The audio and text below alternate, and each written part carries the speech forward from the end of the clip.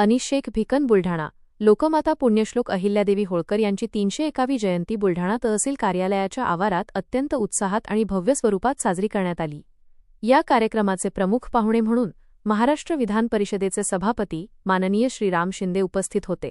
बुलढाणा नगरीत आगमन होताच धनगर समाज बुलढाणा जिल्हा समितीच्या वतीने त्यांचे जंगी स्वागत करण्यात आले।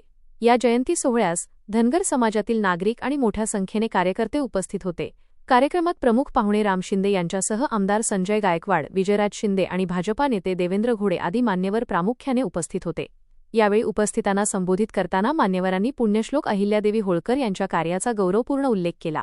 अहिल्यादेवींनी हिंदू धर्माच्या आणि संस्कृतीच्या रक्षणासाठी केलेले कार्य तसेच त्यांनी उभारलेली असंख्य मंदिरे आणि लोककल्याणकारी कामांची आठवण करून देत त्यांना विनम्र अभिवादन करण्यात आले। अहिल्यादेवींचे 301 वर्षांपूर्वीचे कार्य आजही समाजासाठी प्रेरणादायी असल्याचे मत वक्त्यांनी व्यक्त केले।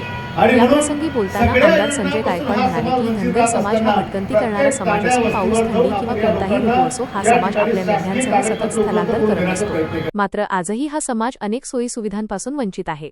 मेंढपाळ बांधवांच्या रक्षणासाठी आपण नेहमीच कटिबद्ध असून त्यांच्या पाठीशी ठामपणे उभे राहू अशी ग्वाही आमदार गायकवाड यांनी दिली। या जयंती सोहळ्यानिमित्त मोठ्या संख्येने उपस्थित असलेल्या समाज बांधवांनी अहिल्यादेवींच्या प्रतिमेला पुष्पहार अर्पण करून अभिवादन केले।